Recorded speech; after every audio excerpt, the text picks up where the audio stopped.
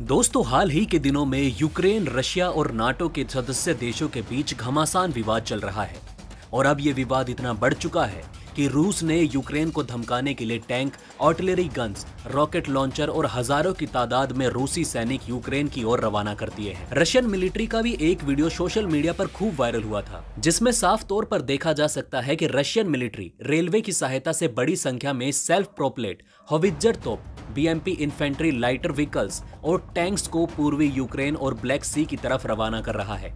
Russian military की इस भारी भरकम मूवमेंट से पूरे नाटो सदस्य देशों के होश उड़ गए। अब इससे पहले कि रशिया और कोई बड़ी सैन्य हलचल करे, उससे पहले ही नाटो के नॉर्थ अटलांटिक काउंसिल ने तत्काल एक आपात बैठक बुलाकर रूस को मुंहतोड़ जवाब देने की तैयारी को कहा। दोस्तों, सबसे पहले हम इस बात को समझते हैं कि यूक्रेन को लेकर रूस इतना आग बबूला क्यों हो रहा है।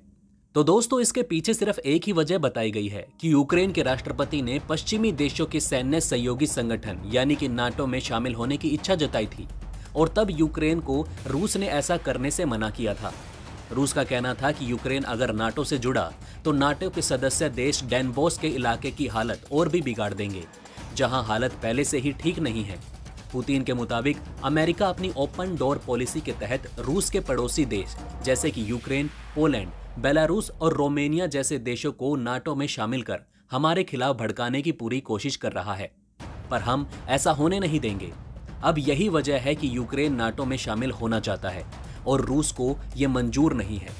अब यूक्रेन ने रूस की बात नहीं मानी तो उसे धमकाने और नाटो देशों को एक संदेश देने के लिए रूस ने अपनी फौज ब्लैक सी की तरफ रवाना कर दी है।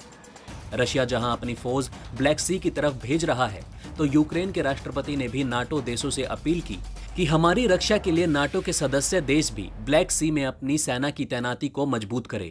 और दोस्तों, अब इसी को लेकर एक बड़ी खबर सामने आई है। नाटो के दूसरे सबसे शक्तिशाली देश फ्रांस ने रातों रात अपने मिराज और राफेल विमानों से न्यूक्लियर मिसाइल फायर की। दरअसल दोस्तों, नव भारत टाइम्स में छपी एक खबर के मुताबिक यूरोप में युद्ध की आहट के बीच अब फ्रांस ने भी अपनी जंग की तैयारियों को तेज करना शुरू कर दिया है। बुधवार को यूक्रेन के राष्ट्रपति की अपील के बाद फ्रांसीसी एयरफोर्स में शामिल राफेल और मिराज लड़ाकू विमान ने एक मिलिट्री एक्सरसाइज के तहत परमाणु मिसाइलें दाग कर रूस को अपनी ताकत का एहसास कराया। न सिर्फ फ्रांस बल्कि अमेरिका ने भी अपने B-2 बॉम्बर नॉर्वे की तरफ रूस को घेरने के लिए भेज दिए हैं। फ्रांसीसी वायुसेना के न्यूक्लियर डिटेरेंट ने इस ऑपरेशन को अंजाम दिया। फ्रांस हर साल अपने परमाणु हमले की क्षमता की जांच के लिए ऑपरेशन पोखर नाम से इस तरह के मिलिट्री एक्सरसाइज करता रहता है। फ्रांस रूस को सिर्फ यही दिखाना चाहता था कि अगर रूस ने हम पर परमाणु हमला किया तो उन परमाणु हमलों के जवाब में हमारे पास एक सेकंड स्ट्राइक न्यूक्लियर कैपेबिलिटी मौजूद है। इस एक्सरसाइज में करीब 50 से ज्यादा राफेल विमान शामिल थे, जिन्होंने तकरीबन 6 घंटे तक ये एक्सरसाइज जारी रखी। हो सकता है कि रशिया की एक गलत हरकत से पूरा नाटो रूस के पीछे पड़ जाए, और अगर ऐसा हुआ तो रशिया चीन का साथ लेने के बावजूद भी इनसे नहीं लड़ पाएगा।